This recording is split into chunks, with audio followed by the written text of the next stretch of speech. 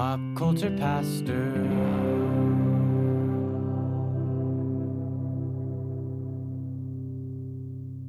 So, Cody, is this episode 4 of season 13, or is this just a special episode? I think it is a special episode. I'm very confused by it, but I must admit, I'm not a regular watcher of Discovery Plus or whatever it is, and I know this is Shark Week, and I know it's a big deal. Shark Week usurps everything. So they're not going to sneak this out later and be like, actually, this was episode 4 and mess up my whole labeling system for this podcast. You might have to wait a week. So this is technically a bonus. Right now, this is a bonus watch-along, technically. Technically. Wow, we made bonus content. Let's pack it up and go home. Exactly. This is... Well, I should do the intro. Producer, hit the intro. Okay, we don't have a producer. We don't. But we do have an intro. You ready? The past is all around us. A world of mystery, danger, and adventure. We travel the roughly 1.4 miles from our houses to the recording studio to podcast about Josh's travels to the far corners of the earth to find where legends end and history begins. I'm Dave Rimbold. He's Cody. This is Pop Culture Pastor Watch-Alongs. It's not as cool as their opening. I honestly don't think that we venture 1.4 miles. Maybe round trip. Maybe. To the ends of the earth, Cody. We go 1 point-ish, 2-ish. I don't know. It's not very far. I probably could have walked here, but it was really hot. Oh, yeah, it's so hot here today. The whole episode, I'm watching them on the very blue Gulf of Mexico. And I'm just thinking, man, that looks nice. I bet that's nice. I bet that water is, nope, not getting in. How do you feel about sharks? There's a lot of people that are terrified of sharks because of the movie Jaws. Yeah, Gen X. That's me. I am not. Jaws really didn't scare me. And I grew up with Shark Week. Okay, you got to watch Jaws later on. So it was on all the time on syndication networks, just constantly like, oh, it's 4th of July. You know what that means? Jaws on TBS. It was on throughout my childhood. And maybe that's part of it, is that it was just always there. Mm-hmm. And it was always something I would get in on the middle of. It wasn't ever like, oh, Jaws is going to be on at 7. I must tune in at 6:55. Well, and Jaws is one of those series that loses its luster and scariness quick. Because, I mean, it's a lot like Rambo, where the first one is serious business, and then the second one is kind of goofy, and then the third one is full-on cartoonish. And then don't even get me started on Jaws 4, The Revenge, because that is beyond cartoonish, and the shark has like a personality and is out for vengeance. It's just crazy. I like to think that's how sharks actually operate. Well, if they did, there's one out there who's looking to take Josh Gates down for grabbing his dorsal fin without permission. I think that growing up with Shark Week being a big thing, for most of my childhood, Shark Week was there. And so... But it was a big deal for you, Shark Week. They would announce the ever-loving nerd about it on Discovery, and then I would tune in because I actually like sharks. Oh. Whale sharks, hammerheads, and great whites. That's my top 3. Not in that order, but... You have favorites. I'm going to whale shark on you. I always wondered that because Shark Week, of course, starts later on in my lifetime, so I'm not... I also grew up watching Street Sharks. So... I know what that is! Yes. Okay, well, we're here to talk about Expedition Unknown. Season 13, I guess, but this is like kind of a bonus episode, which it didn't come up, so I went to Max to stream this, and I'm looking for my continue to watch, and it's not there. I'm like, what the heck's going on? So I click on Expedition Unknown's page, and it's not on there. Then I go to the homepage, and I find it, and it's like, Expedition Unknown, Nazis and Sharks. And I'm just like, what? That is how I would announce anything like this. Extreme bold letters, Nazis, and sharks. This is nutty. This is, first of all, this is an environmental mission. A lot of people don't know this. They reference this a lot in the episode that World War II, there's actually a battlefront that a lot of people aren't aware of that's really close to the continental United States, as in the water off the coast. German U-boats patrolled around and actually sunk American vessels. These particular in this episode in 1942, and nobody knew about it because the government, tried to keep it hush-hush to not panic people. But it's kind of amazing to think, how would they keep something like that quiet today? You couldn't. It'd be all over Twitter within 10 seconds. It's absolutely impossible to keep things off now, to keep things away from people. You would have to have like a crew that has just been off the grid for years and has lost contact with all family and friends and basically has been a recluse and no one knows they still exist. And then you would have to be in an area where people are not sailing on their fancy yachts. Okay, I mean, were we talking about like a submarine that was disconnected from their government? Would it be led by Sean Connery? Maybe. Well, this is the Red October, Cody. So basically, these boats get sunk in World War II, and they found 2 of them, and there's environmental efforts underway because these boats had a lot of oil in them and fuel.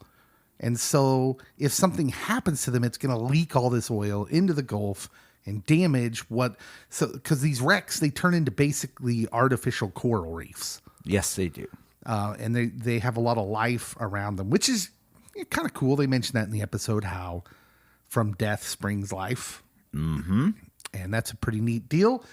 And they want to make sure that the ecosystem doesn't get ruined if one of these boats were to decay enough that the fuel could escape.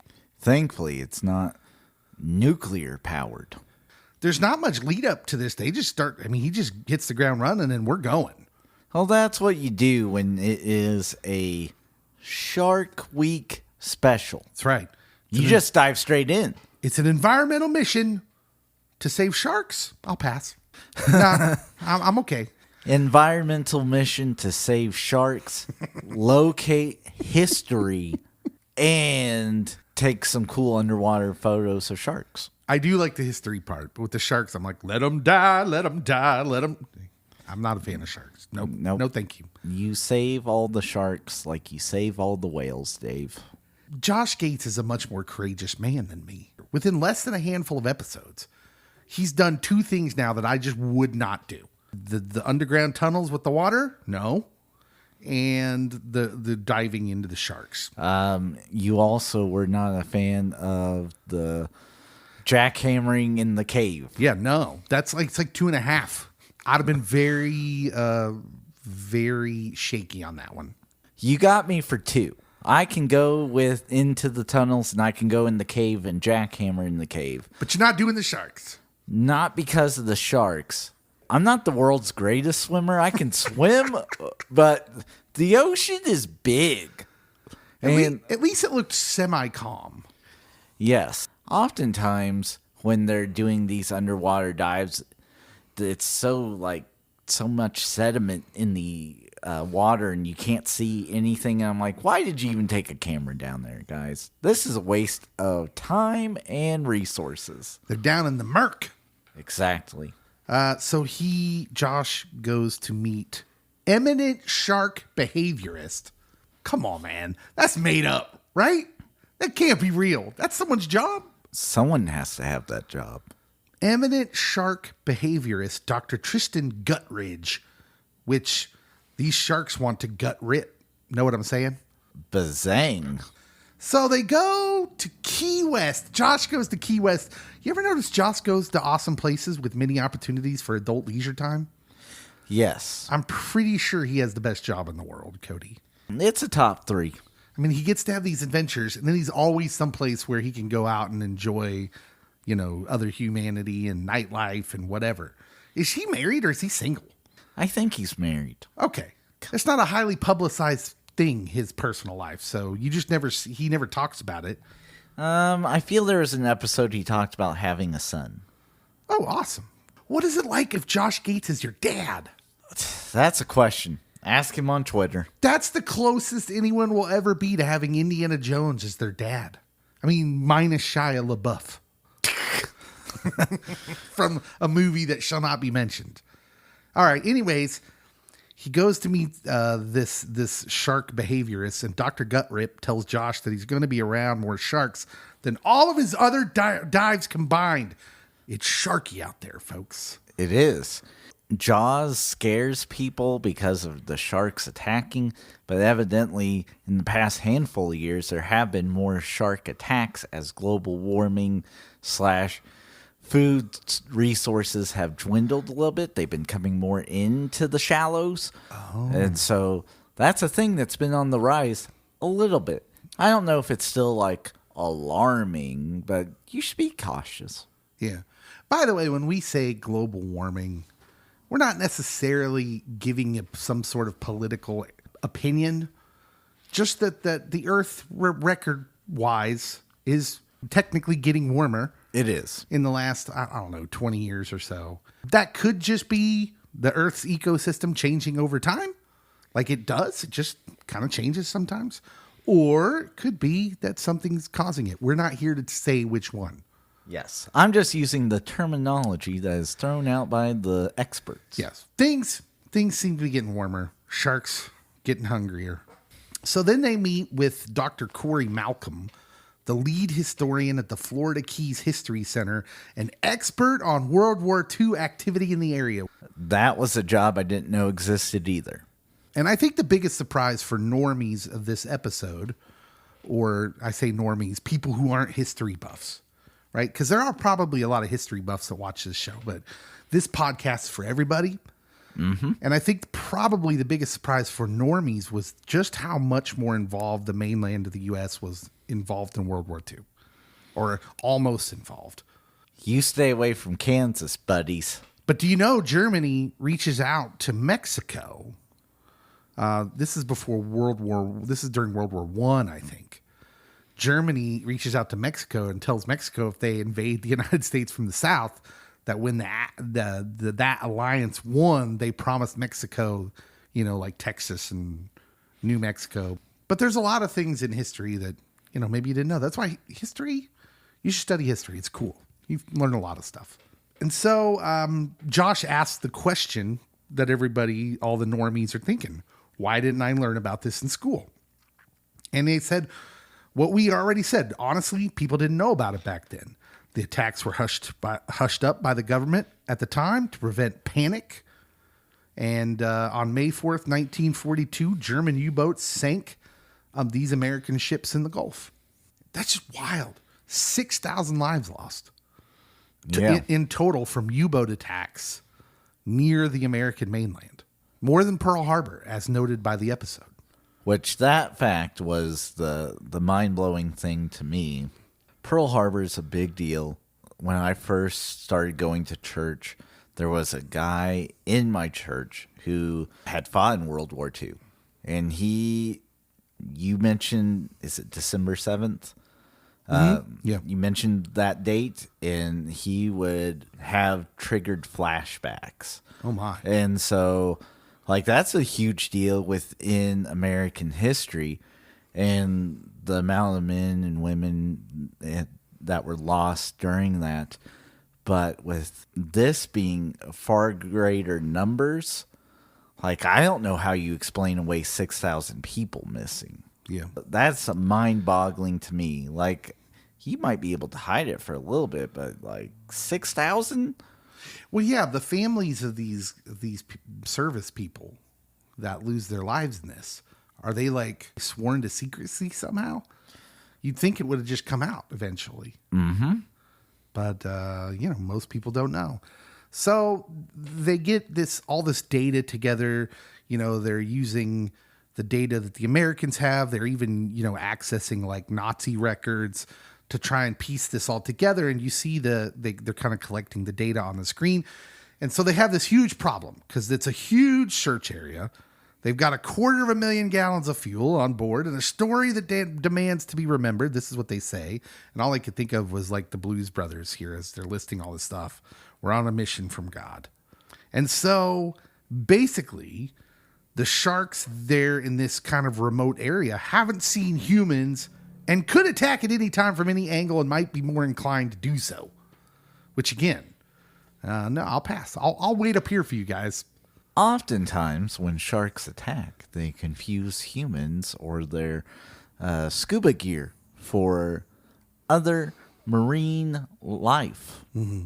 They're not necessarily out for you. They just think your flipper might look like a seal or a sea lion. In the Gulf? I don't know about the a Gulf. Dolphin. Potentially, although they don't have feet. So they want to dive at one of the two of the three wrecks where they know where they are, because they think that'll give them clues. Now, did you understand this part? Because I didn't really understand what clues they were looking for. Well, so you can observe and gather like, okay, so this is what this vessel or type of vessel should look like, even after wreckage. You can also see like how there's more marine life around the vessel. And you also will get an idea of, because this is something that they talk about quite a bit in the episode, that sharks are in and around these shipwrecks. Mm-hmm. Particularly bull sharks. That's a big bull shark. I laughed every time they said that. I'm a child. I know. That's a lot of bull sharks. Very aggressive shark. Yeah. So apparently home to these aggressive sharks because they'll eat anything. Indeed. The tiger shark, they said, was the garbage can of the sea. Well, that's a little rude. They just, they said it would eat anything. I'm the garbage can of my house because I will pretty much eat anything. So they're going down and they're diving and there's a big bull shark and it's threatening. And, it was just curious. Yeah, curious what Josh tastes like. You just give it a boop on the nose. That was a ongoing comedic thing where they gave Josh a poker. Yep. It's like, oh, yeah, I'm going to use this poker. It pokes the shark away. But bull sharks like the murky areas, which were usually lower, down by the wrecks, where they can surprise their prey using the bump and bite technique, which coincidentally is the same technique I use at Burger King. I don't get more of a laugh for that? No, you get a light chuckle. That was my favorite joke. You put forth more effort than I did. So they have this idea that this kind of comes out after this first dive, that they want to use sharks to find the last shipwreck. So I was hoping they would reference this, but it might be very anti-Shark Week to do it.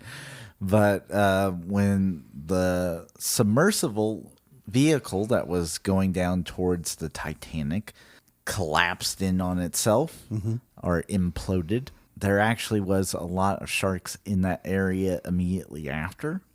Oh.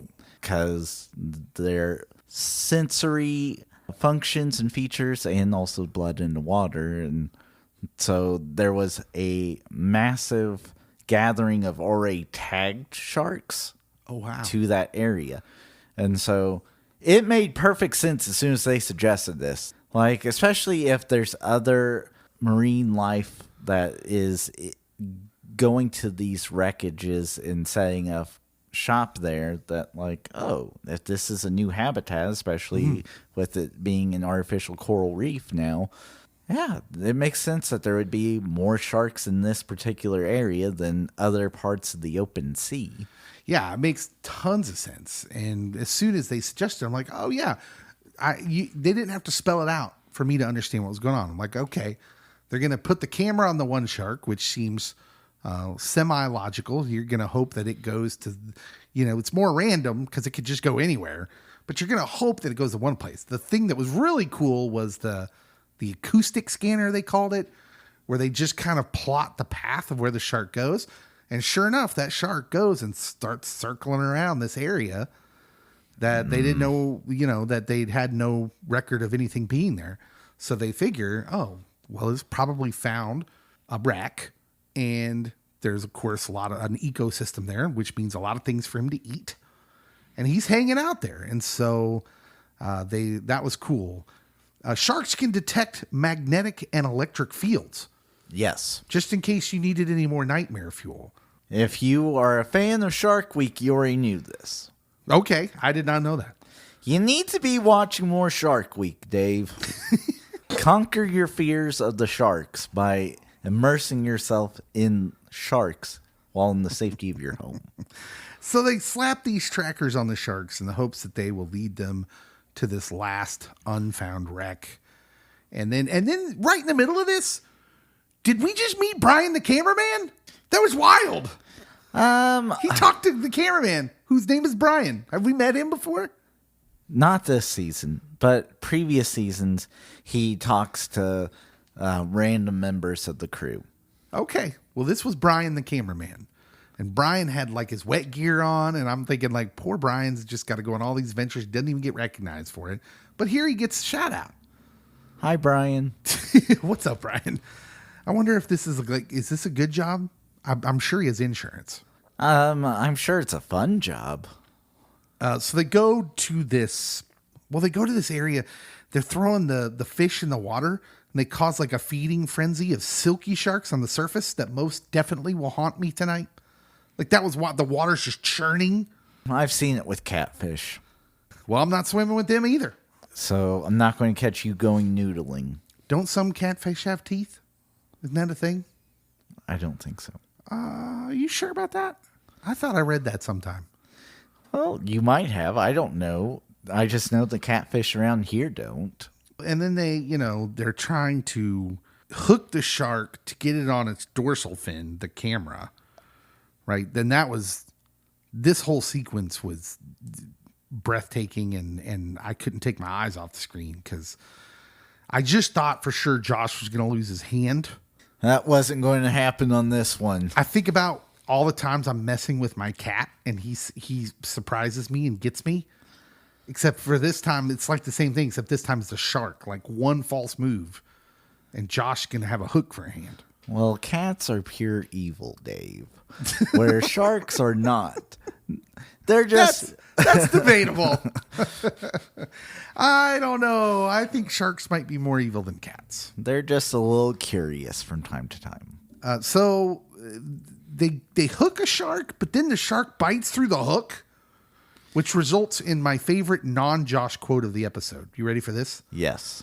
That bull shark bit through that like butter. I don't know what that guy was. That guy British? Maybe. Like butter. It's like butter. Anyways, it's second only to the next quote, which is, Josh, watch out. That was when he almost got his hand bitten off. I literally laughed for a good couple minutes on that. Josh, watch out. Like that dude was, there were a couple times this episode where I thought, oh, they were really concerned at that moment. Like Josh maybe wasn't, and they were. I really think Josh could have lost his hand. So if there's something I've learned about being around wild animals and bees, which are a wild insect, the more calm you are, the less likely bad will happen. They feed off your fear, so don't be afraid. Do you know bees can smell fear? So, yeah, they get the shark up there, and they actually do this weird thing, which I didn't know was a shark thing. I thought it was like a alligator thing. But they like flip it over. They like rub its belly or something. And it goes into this trance-like state. Mm-hmm. I did not know that sharks had a reset button like that, but that was kind of cool. They do. And again, you need to be watching Shark Week so that you were already initiated into this. So they attached the camera. They wanted to stick some other tags and some other sharks. We already talked about that. The acoustic tag. And of course, they had to go to this area where this abandoned radio tower was with even more untamed sharks. And they dive down, and Dr. Gutrip says the most crocodile hunter thing ever said on this show, when he explains what he's going to do. So Josh asks Dr. Gutrip, how are we going to do this? And he says, well, I'm going to hide right here, and then I'm going to pounce. Oh, piss it right off. I laughed for a good couple minutes. I had to pause the episode on that one because I was laughing so hard. He literally said the word pounce. He's going to pounce. I'm just like, I don't think this is going to work. You can't go in half-hearted. You got to go all in or not. And so pouncing, I'm here for. Then a tiger shark shows up, and my anxiety hits a new high for this episode. That's when they go into the hole. It's the trash can of the sea, and it eats anything and everything. And it looks scary. Can you imagine being in the water with that thing? For all I know, I have been. Well, I was swam in the ocean once, and there's other tiger sharks somewhere in the ocean. Well, I swam in the Gulf. So technically, I was swimming with sharks. So I might have been swimming with sharks. I've been ankle deep in the Gulf off of Galveston, but... I was in Mexico. yeah, when I've been to Cancun. Playa del Carmen, which is further in or south of Cancun. Mm-hmm. That's the Carmen of Playa. Of the beach, yes. I don't think it's the beach of Carmen. Yes. But no, I went like waist deep or chest deep. Congratulations. And facing your fears. Again, I don't know if there were sharks because I wasn't about looking in the water. I was just about being in the water. So they get through all that. The next day, the first tag surfaces, and apparently the device used to find it is my grandparents' old TV antenna from the top of their house. Hey, that's where that thing went. They pull that thing out and he starts unfolding it. And that's what Josh says it looks like. And it does. It looks like a TV antenna. This dude's basically MacGyver now. Well, I mean, we don't give enough resources to our people that study in the sea. Finally, they collect and analyze all this data. The bull shark with the acoustic tag sends data that is apparently they use the term milling around, like they're undesirables in your neighborhood. Suspicious sharks milling about.